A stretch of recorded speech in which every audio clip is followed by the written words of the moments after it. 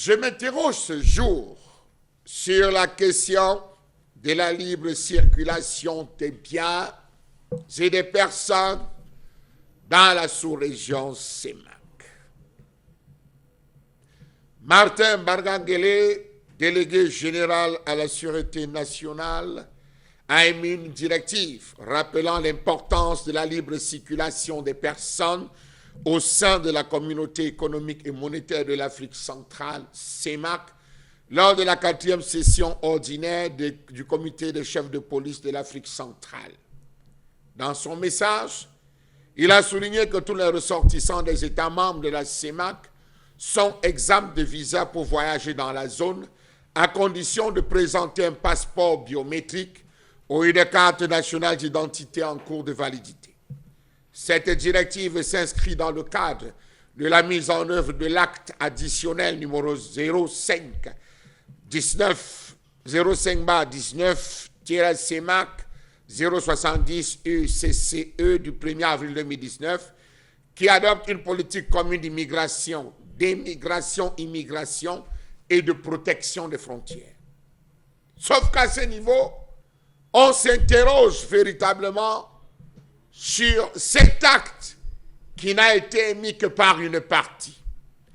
Comment comprendre que depuis sa mise en place formelle en 1964, le processus d'intégration en zone CEMAC est passé de la zone de libre-échange caractérisée par la libre circulation des biens à l'union douanière avec l'adoption des tarifs extérieurs communs. Comment comprendre que ce ne soit pas une décision conjointe qui sanctionne cette cession, mais plutôt un communiqué de la partie camerounaise?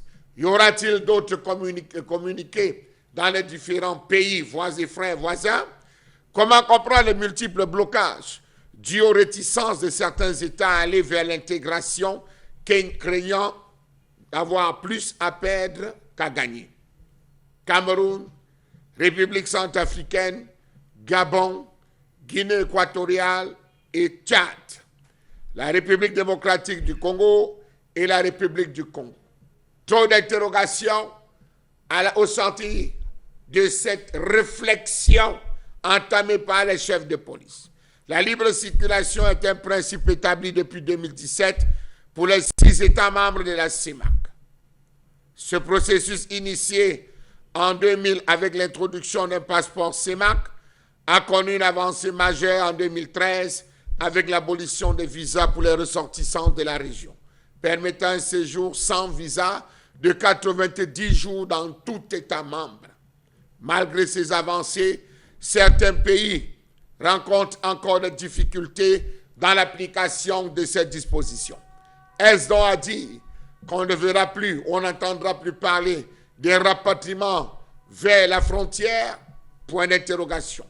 Est-ce donc à dire qu'on n'entendra plus l'ensemble des exactions qui sont parfois commises à l'extérieur sur certains, ou peut-être même à l'intérieur, sur certains ressortissants des pays de la CEMAC? Autre point d'interrogation. Comment comprendre le fait que les gouvernements ne parviennent pas à transposer leur engagement sous-régionaux dans leur loi nationale? En fait, une action comme celle-là, au-delà de ce communiqué rédigé, devrait faire l'objet des lois nationales, que ce soit au Gabon, que ce soit en Guinée équatoriale, au Cameroun, au Tchad. Chaque pays devrait l'intégrer pour que cela figure, on va le dire comme ça, dans les textes des différentes républiques. Comment comprendre le fait que nos gouvernants n'aient pas encore compris le fait que les barrières à l'intégration sont aussi des barrières culturelles? Ces pays de la CEMAC partagent une histoire commune. Ces pays de la CEMAC portent en leur sein des cousins, des frères, des sœurs, partis ou alors qui auraient subi les affres de la colonisation, les divisions de la colonisation. On retrouve les Fang dans la partie sud du Cameroun, on retrouve les Fang en Guinée équatoriale, on retrouve les Fang au Gabon. Pourquoi ne pas s'asseoir et les intégrer directement dans les différents textes? Il y a des réunions Fang qui se tiennent, qui sont rotatives, qui se tiennent cette année au Cameroun, l'année prochaine en Guinée équatoriale, l'année d'après au Gabon, parce que ce sont des familles.